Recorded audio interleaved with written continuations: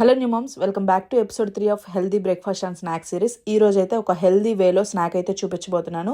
ఎలాంటి షుగర్స్, ఎలాంటి మైదా వాడకుండా రాగి పిండి బెల్లంతో చాలా సింపుల్గా చేసి చూపిస్తాను. అది ఎలా చేయాలో చూసే ముందు మన ఛానల్ని ఫస్ట్ టైం చూస్తుంటే welcome back to our channel అమ్మతో ఆద్యశ్రీ. ఎలా ఉన్నారు? బాగున్నారా? నేనైతే చాలా బాగున్నాను.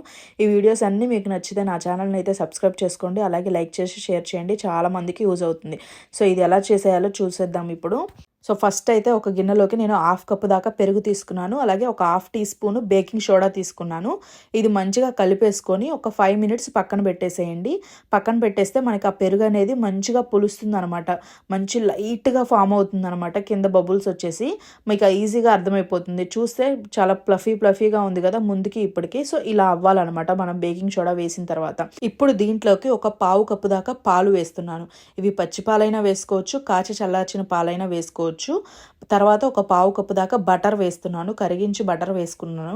మీరైతే నెయ్యి అయినా వేసుకోవచ్చు అనమాట, లేదంటే ఆయిల్ అయినా వేసుకోవచ్చు, మీ ఇష్టం.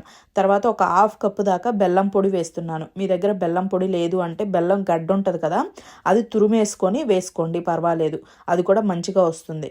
ఒక 1/2 కప్పు దాకా బెల్లం వేసేసుకొని ఇవన్నీ కూడా మంచిగా కలిపేసుకోండి ఫస్ట్. ఇవి కలిసిన తర్వాత దీంట్లోకి ఒక 1 కప్పు దాకా రాగి పిండి వేస్తున్నాను. మీ దగ్గర స్ప్రౌటెడ్ రాగి పిండి ఉంటే అది వేసుకోండి. మన దగ్గర ఉంది, నేను కేజీ 200 చొప్పున సేల్ చేస్తున్నాను అనమాట. మీకు కావాలి అంటే కింద కామెంట్లో నెంబర్ ఇస్తాను, ఒకసారి చెక్ చేయండి. నాకు వాట్సాప్లో మెసేజ్ చేస్తే నేను రిప్లై ఇస్తాను అనమాట, ఓకేనా.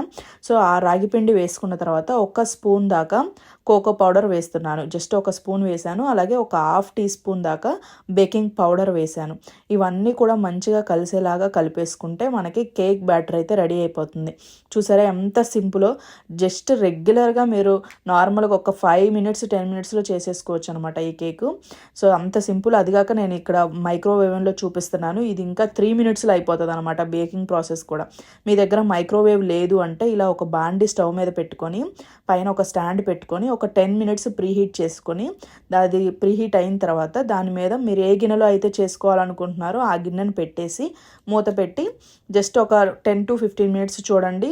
పుల్లగుచ్చి చూస్తే మీకు అర్థమవుతుంది అనమాట అది ఉడికిందా లేదా అనేది. తర్వాత పైన చాక్లెట్ చిప్స్ వేసేసి నేను ఇక్కడ మైక్రోవేవ్లో పెడుతున్నాను. నాకు 4 మినిట్స్ పట్టింది జస్ట్.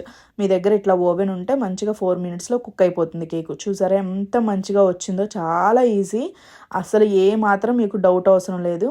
మెజర్మెంట్స్ కూడా మీకు కొంచెం అటు ఇటు అయినా అడ్జస్ట్ చేసుకోండి. రాగి పిండి అయినా సరే, కోకో పౌడర్ అయినా సరే, బెల్లం అయినా సరే, మీ ఇష్టం అనమాట. ఇంత మంచి కేకు తప్పకుండా ట్రై చేసి మీ పిల్లలకు పెట్టండి. నచ్చిందా ఈ వీడియో? నచ్చితే కనుక లైక్ చేసి షేర్ చేయండి, అలాగే సబ్స్క్రైబ్ చేసుకోండి. Thank you so much for watching. Next వీడియోలో కలుద్దాం. అంతవరకు బాయ్ అండి.